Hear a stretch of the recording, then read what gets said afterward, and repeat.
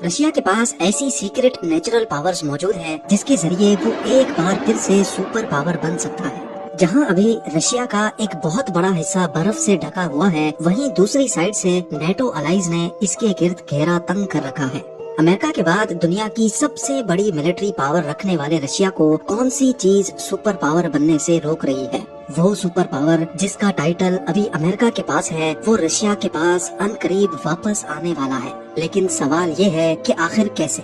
Russia की geographical location में ऐसी क्या चेंजेस आने वाली हैं जो इसको एक बार फिर से सुपर पावर बना देंगी? तो हम सब जानते हैं कि रशिया एरिया के हिसाब से दुनिया का सबसे बड़ा मुल्क है। इसका अंदाजा आप इस बात से लगा लें कि रशिया के वेस्ट में जब सनराइज का टाइम होता है तो उसी वक्त रशिया के ईस्ट में रात के खाने का वक्त हो रहा होता है। 17 लाख स्क्वायर किलोमीटर के एरिया पर फैला हुआ रशिया इतना बड़ा है कि इसके अंदर 204 यूनाइटेड अरब एमिरेट्स, 5 इंडिया या 8 सऊदी अरेबिया या फिर 19 पाकिस्तान जैसे मुल्क फिट आ सकते हैं। रशिया न सिर्फ एरिया में बड़ा है बल्कि इसकी जमीन के नीचे दुनिया के सबसे बड़े ऑयल और गैस के रिजर्व्स भी मौजूद हैं।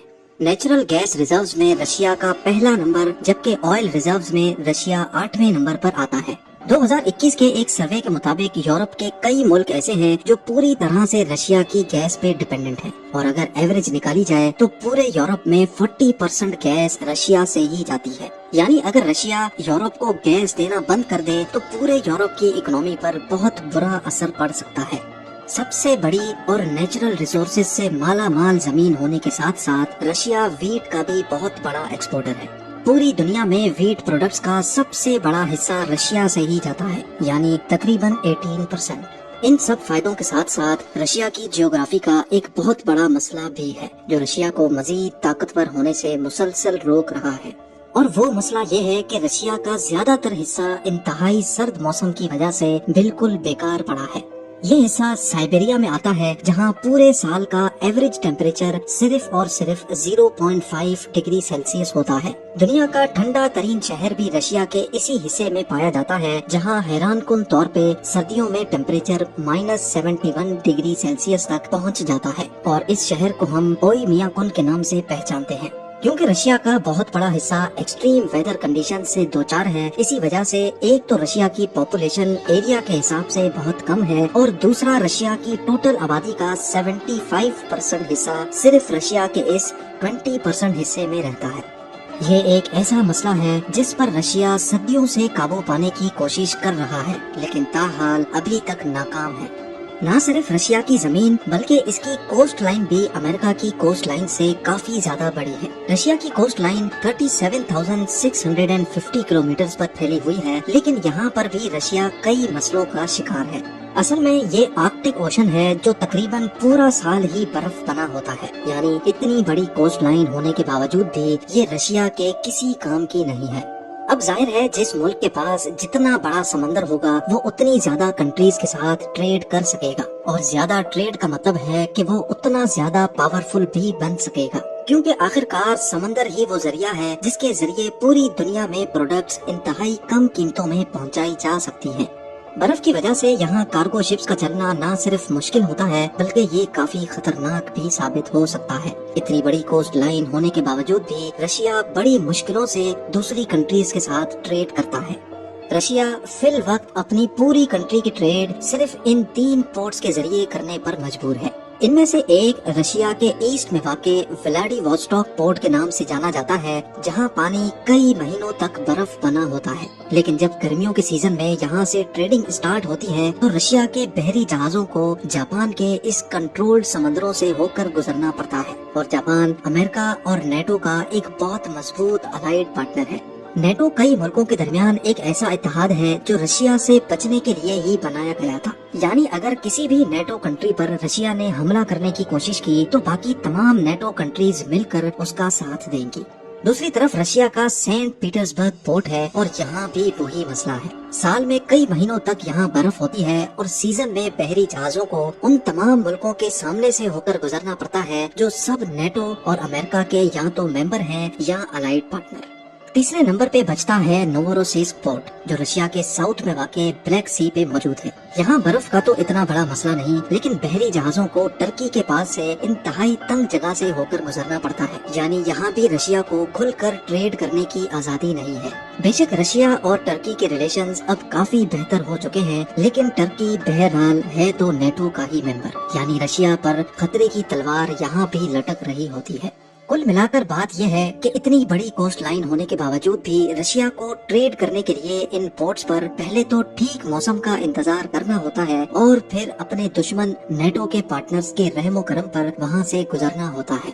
लेकिन उसके बावजूद भी जीडीपी रैंकिंग में रशिया 11वें नंबर पर खड़ा है। जीडीपी यानी ग्रॉस डोमेस्टिक प्रोडक्ट। अगर आसान अल्फाज में बात की जाए तो किसी भी कंट्री में मौजूद तमाम लोगों की कंबाइंड इनकम को जीडीपी कहा जाता है। जीडीपी रैंकिंग से अंदाजा लगाया जाता है कि कोई भी कंट्री कितनी ज्यादा सक्सेसफुल है, लेकिन ये किसी भी कंट्री की पावर जानने का वाहिद तरीका नहीं है। जीडीपी से हटकर अगर मिलिट्री पावर की बात की जाए तो रशियन मिलिट्री के पास दुनिया के सबसे ज्यादा न्यूक्लियर वॉर हेड्स मौजूद हैं, अमेरिका से भी ज्यादा।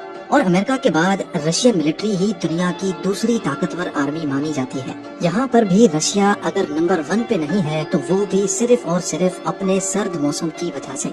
ये सर्द मौसम ही है जिसकी वजह से आज तक कोई भी रशिया पर कब्जा नहीं कर पाया। नेपोलियन ने रशिया पर 6 लाख से ज्यादा फौजी लश्कर के साथ कब्जा करने की कोशिश की थी, लेकिन इस सर्द मौसम के सामने उसकी फौज को घुटने टेकने पड़े और 6 लाख में से सिर्फ 1 लाख फौजी जिंदा वापस लौटने में कामयाब हुए।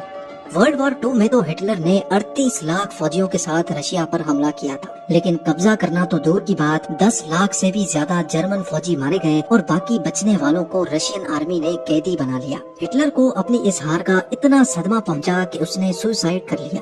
अभी तक आप भी ये नोट कर चुके होंगे कि रशिया को आगे बढ़ने से जो चीज रोक रही है वो है यहाँ का सर्द मौसम।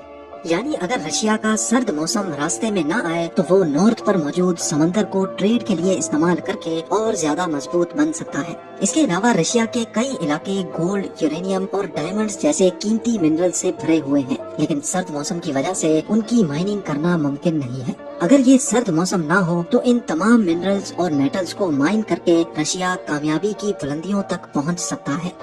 साथ ही साथ इंसान की सबसे बड़ी रिक्वायरमेंट है वीट।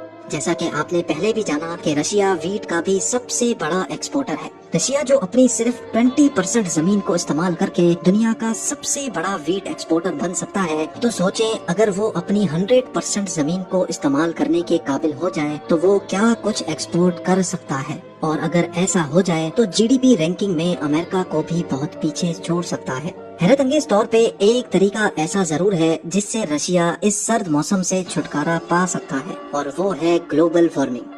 ग्लोबल वार्मिंग की वजह से मुमकिन है कि रशिया आने वाले सालों में एक बार फिर से सुपर पावर बन जाए। रेफरेंस के लिए इस हीट मैप को देखें। इसमें ये तमाम कंट्रीज वो हैं जहां का average temperature 11 to 15 degree Celsius तक होता है, और ये टेम्परेचर ह्यूमन प्रोडक्टिविटी का बेस्ट टेम्परेचर माना जाता है। जहां एवरेज टेम्परेचर 11 से कम या फिर 15 से ज्यादा हुआ, वहीं ह्यूमन प्रोडक्टिविटी कम होना शुरू हो जाएगी। फिल वक्त टेम्परेचर की ये range America, Europe, Japan, China और साउथ कोरिया पर आती है, और हैरत अंगेज तौर पे ये वो तमाम कंट्रीज हैं जिनको अक्सर हम सक्सेसफुल कंट्रीज की लिस्ट में पाते हैं। लेकिन एक्सपर्ट्स का मानना है कि ग्लोबल वार्मिंग की वजह से हर साल जो बर्फ पिघलती जा रही है, उसकी वजह से 2080 तक टेम्परेचर की ये रेंज मजीद नॉर्थ में चली जाएगी, और फिर बारी आएगी अलास्का, कनाडा, ग्रीनलैंड, आइसलैंड और सबसे बढ़कर रशिया की। नासा के एनालिसिस के मुताबिक 1979 में आर्कटिक ओशन की बर्फ इतनी ज्यादा दिखती थी, लेकिन वक्त के साथ साथ ये बर्फ पिघलती गई और 2019 तक ये अब सिर्फ इतनी रह गई है। इस डेटा के हिसाब से आर्कटिक ओशन की बर्फ हर साल 13% कम होती जा रही है, और अगर ये सब ऐसे ही चलता रहा तो 2035 तक आर्कटिक ओशन में बिल्कुल भी बर्फ नहीं बचेगी, जिसका सबसे ज्यादा फायदा रशिया को होने वाला है। इन सब चीजों के साथ साथ रशिया को एक और फायदा भी है। क्लाइमेट चेंज की वजह से जो आइस मेल्ट हो रही है, उससे ओशंस के पानी में दिन ब दिन इजाफा होता जा रहा है। यानी जब ओशन का पानी बढ़ेगा तो सबसे पहले वो साहिल पर बनी सिटीज को निगल जाएगा।